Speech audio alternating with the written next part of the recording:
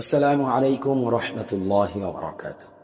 ইন্নাল হামদুলিল্লাহ ওয়াস সালাতু ওয়াস সালামু আলা রাসূলিল্লাহ। সম্মানিত প্রিয় দর্শক, আজকের ভিডিওটি আমাদের প্রত্যেকেরই কাজে লাগবে, কারণ আজকের ভিডিওতে আমি আপনাদেরকে এমন একটি আমল শিক্ষা দিব যে আমলটি করলে আপনি বদনজর হতে নিজে বাঁচতে পারবেন এবং আপনার সন্তান পরিবারকেও বদনজর থেকে এই আমলের মাধ্যমে হেফাজত করার উসিলা করতে পারবেন।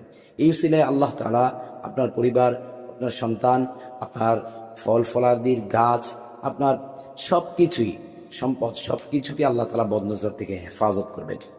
সম্মানিত প্রিয় দর্শক, রাসূল করিম সাল্লাল্লাহু আলাইহি ওয়াসাল্লাম বলেছেন, বদনজর এমন একটি মারাত্মক জিনিস যা মানুষকে মৃত্যুর দ্বার প্রান্তে নিয়ে যায়।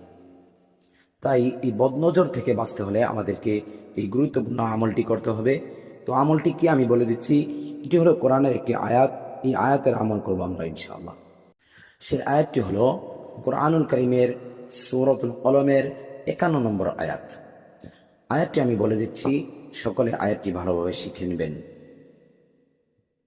وَإِن يَكَادُ الَّذِينَ كَفَرُوا لَيُزْلِقُونَكَ بِأَبْصَارِهِمْ لَمَّا سَمِعُوا الذِّكْرَ وَيَقُولُونَ إِنَّهُ لَمَجْنُونٌ।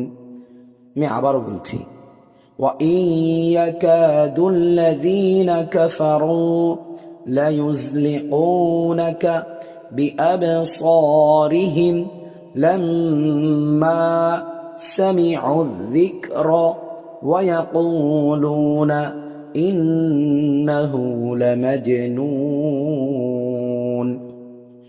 প্রিয় দর্শক, এই আয়াতটি পড়ে যে ব্যক্তি বদনজরে আক্রান্ত হয়েছে, কোনো মানুষ হোক অথবা কোনো বস্তু হোক, ওইটার উপরে এই আয়াতটি পরে আপনি ফু দিবেন। প্রিয় দর্শক, এই আয়াতটি পড়ার পূর্বে ৩ বার দুরূদ শরীফ পড়ে নেবেন, তারপর এই আয়াতটি ৩ বার পড়বেন, তারপর আবার ৩ বার দুরূদ শরীফ পড়ে তারপরে ফু দিবেন। আশা করি এই উসিলায় আল্লাহ তাআলা বদনজর থেকে হেফাজত করবেন ইনশাআল্লাহ। প্রিয় দর্শক, ভিডিওটি যদি ভালো লাগে ভিডিওটি শেয়ার করে আপনার পরিচিত আত্মীয় স্বজন ও বন্ধু বান্ধবদেরকে দেখার সুযোগ করে দিয়ে তাদেরকেও উপকৃত করবেন ইনশাআল্লাহ।